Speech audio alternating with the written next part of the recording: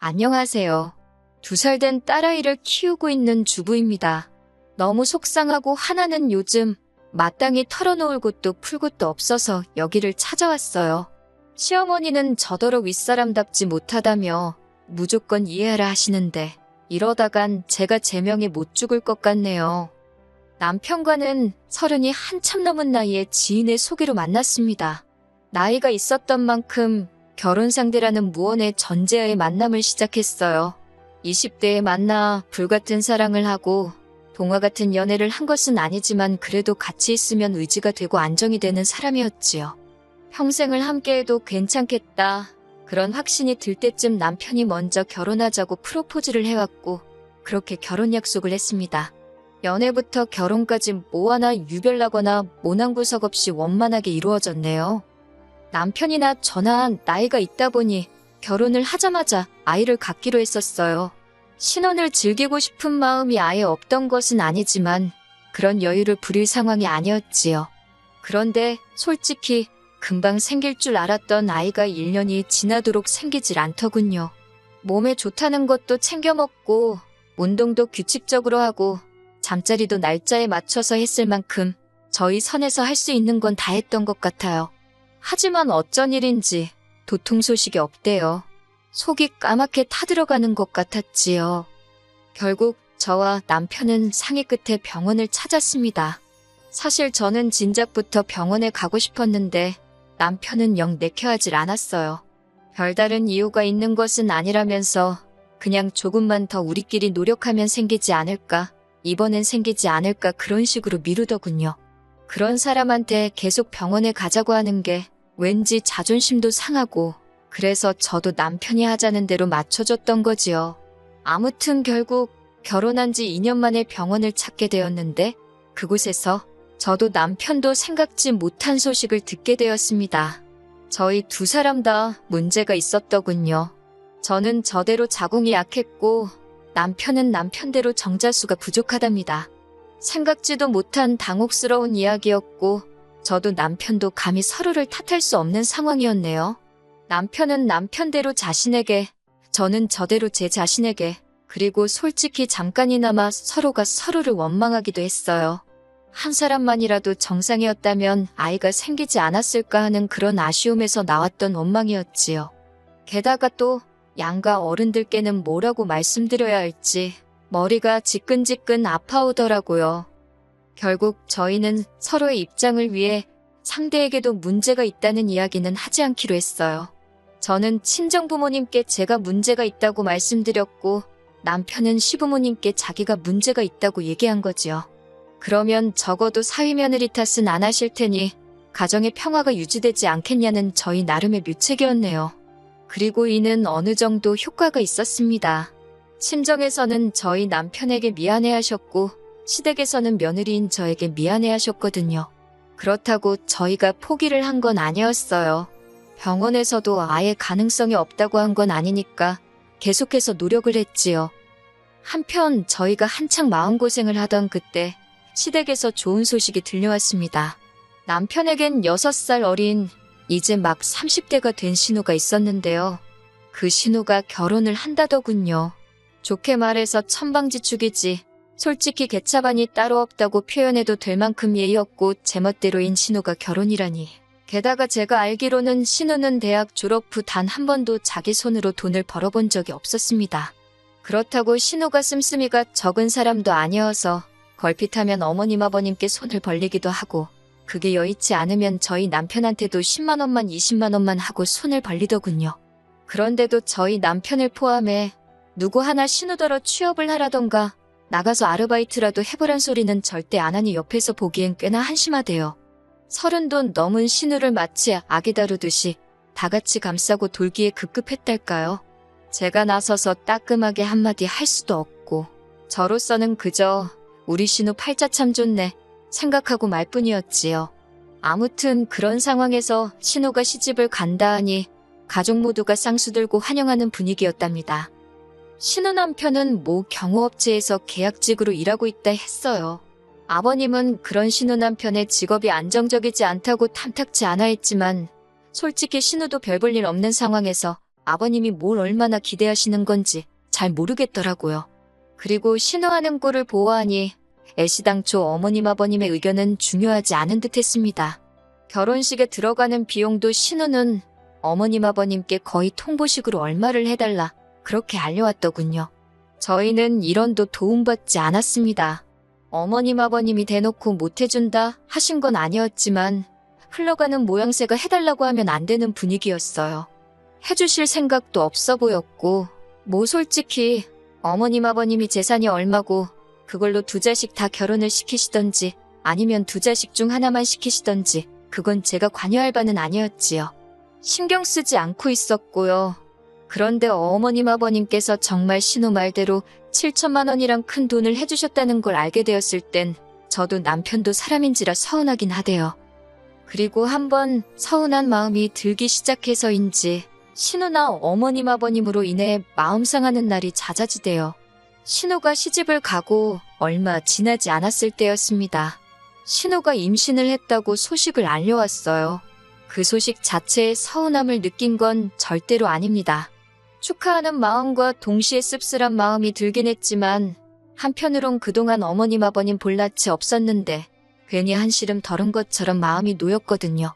그래서 신우에게 뭐 먹고 싶은 거라도 있으면 사 먹으려고 돈을 좀 챙겨주려고 했어요. 참고로 저희 결혼할 때 신우가 한다는 말이 자기가 윗사람도 아니고 아랫사람인데 돈이 어디 있냐면서 단 1원도 축의금이랍시고 내놓질 않더라고요. 뿐만 아니라 저희가 집들이를 할 때도 휴지 하나 사오기는커녕 저희 집에 들어온 선물들 중 자기 마음에 드는 걸 골라서는 자기한테 주면 안 되냐고 우기는 식이었지요. 그럼에도 불구하고 그 모양인 신우가 결혼할 때 저희는 축의금으로 300만 원 줬습니다. 남편이 자기가 오빠이고 맞이이니 그 정도는 하고 싶다고 고집을 피웠거든요. 뿐만 아니라 집들이 한다고 하도 오라고 해서 남편하고 갔더니 색깔 변한 사과 몇 조각에 믹스커피 한 잔을 내주대요. 그리고 남편은 또 새 집에 필요한 거 사라고 돈으로 100만 원 줬고요. 그런데 이번엔 임신까지 거의 1년 동안 신우네로 거진 500만 원도 넘게 들어가게 생겼더군요. 그런데 신우는 제가 물어보기도 전에 한다는 소리가 자기 임신한 기념으로 명품 브랜드 손목시계를 사달랍니다. 차라리 돈으로 달라 했으면 그렇게 황당하진 않았을 텐데 저는 신우한테 미안하다. 하지만 지난해부터 지금 우리도 목돈이 많이 나갔다. 그래서 비싼 선물은 못 해준다고 솔직히 말했습니다. 경제적으로 부담스럽다고요. 그러면서 그러지 말고 앞으로 뭐 먹고 싶을 때 있으면 연락을 하라 했어요. 그러면 남편이랑 제가 사주겠다고요. 그랬더니 신우가 한다는 말이 임신을 안 해봤으니 임신한 여자 마음을 알겠냐입니다. 저는 평생 이해 못할 거래요. 그 말이 제 귀에는 저는 평생 애를 못 가질 거라는 저주처럼 들리더군요. 화가 나기도 전에 서러운 마음에 눈물이 났습니다. 어찌나 눈물이 나던지 신우한테 말이 너무 심한 거 아니냐 고작 그 한마디 쏘아붙이는 것밖에 못했어요. 그리고 이튿날 어머님이 전화를 걸어오셨어요.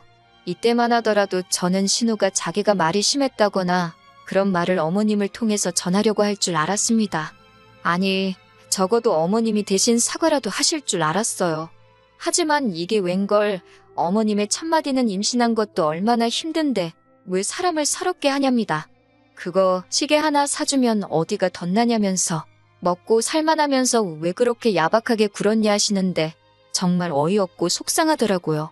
그러면서 누구 엄마 아니랄까봐 신우랑 똑같이 하시는 말씀이 임신을 겪어보질 못했으니 이해가 안 되겠지 그러시는 거예요. 어머님까지 말씀을 그렇게 하시니 솔직히 그때부턴 서운한 것보다 허탈하더군요. 잘할 필요가 없다 그런 생각도 들고 그래도 그 사건 이후로 저는 적어도 시조카에게 잘해주려고 노력했어요. 신우가 신우 남편과 외출을 한다고 시조카 좀 봐달라고 하면 군소리 없이 봐줬고 시조카는 너무 어려서 기억을 못할 게 뻔했지만 옷이며 신발이며 많이 사줬지요. 신우는 얄미웠지만 시조카를 보고 있으면 그냥 아기라서 그런지 작은 행동 하나하나 심지어 울음소리까지 너무 귀엽고 사랑스러웠거든요. 그렇게 3년이란 시간이 흘렀습니다. 그리고 그 사이에 저희 부부는 솔직히 많이 지쳤지요. 저는 그 사이 시험관 시술까지 시작했는데 시험관도 쉬운 일은 아니었어요. 처음 며칠 동안은 제 배에 제 손으로 주사를 놓는데 그게 그렇게 서럽더라고요. 그리고 남편도 보다 못하겠던지 1년만 해보고 안 되면 애 없이 살자대요. 애 없이 잘 사는 부부도 많다고요. 그런데 저희의 간절한 바람이 하늘에 닿았던 걸까요?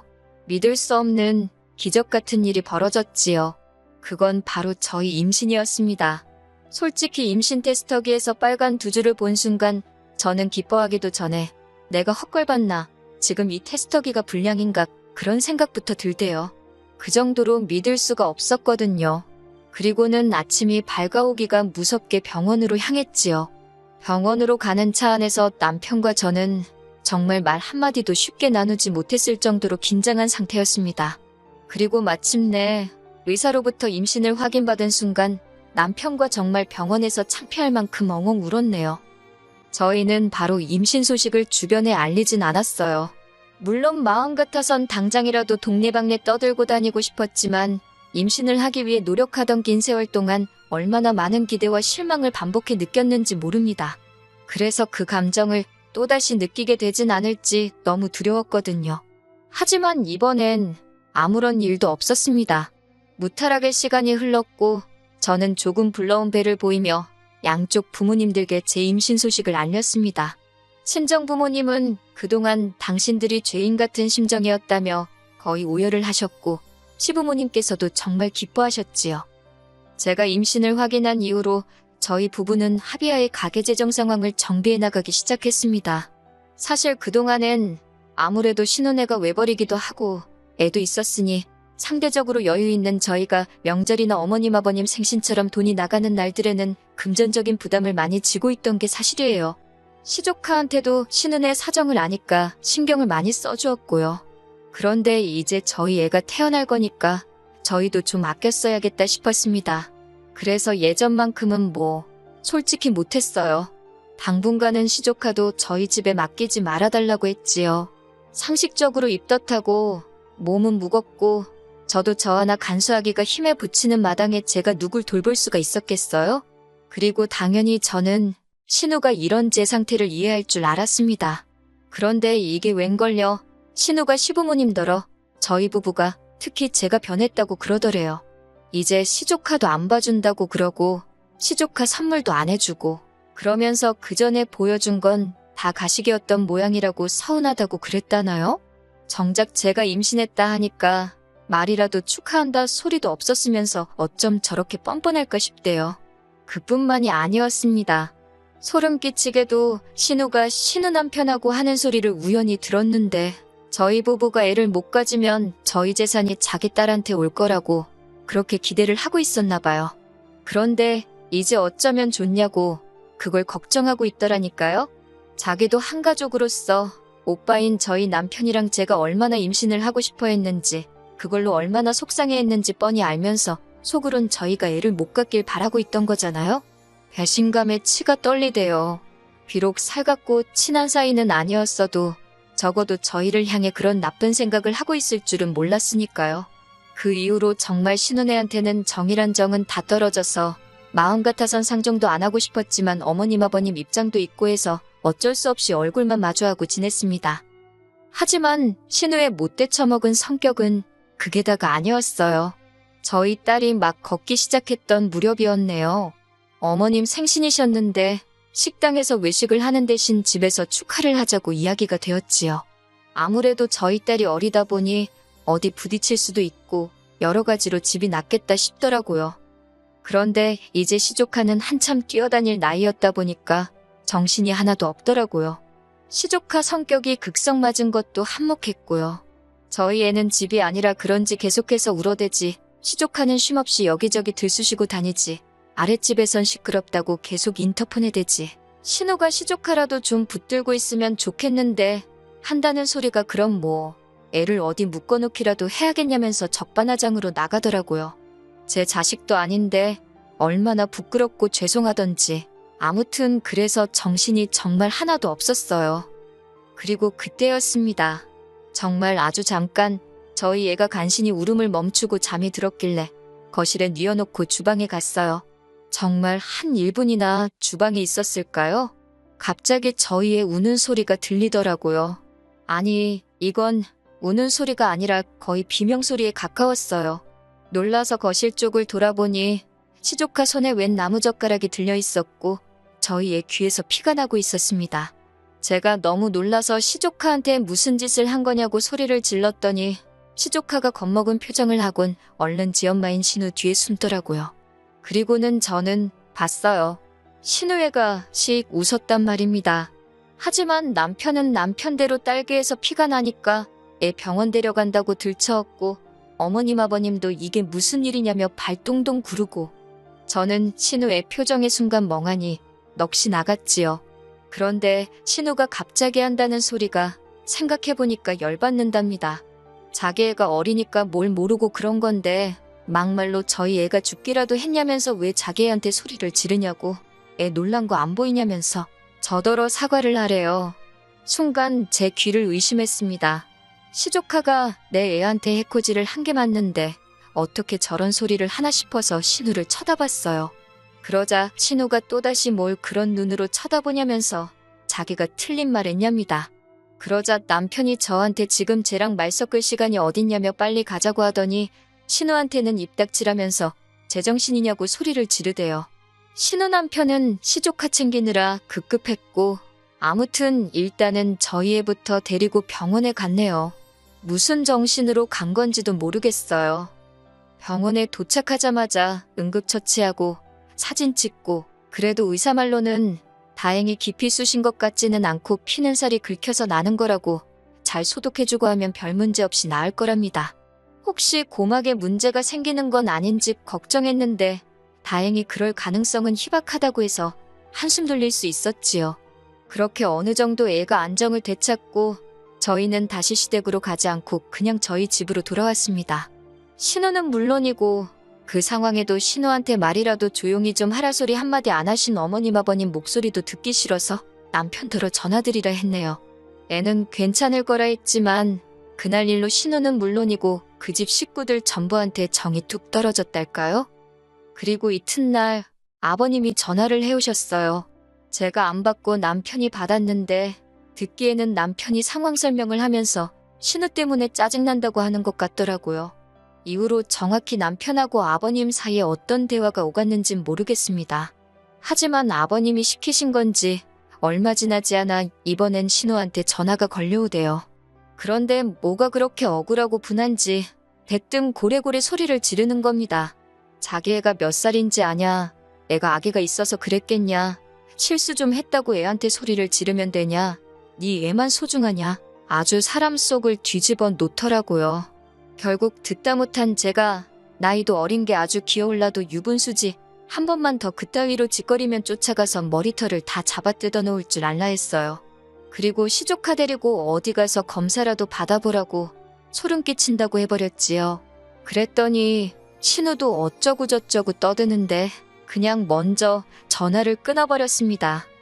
저는 남편더러 어머님 아버님이 어쩔 수 없지만 네 동생하고 시조카는 다신 안 보고 살고 싶다 했어요.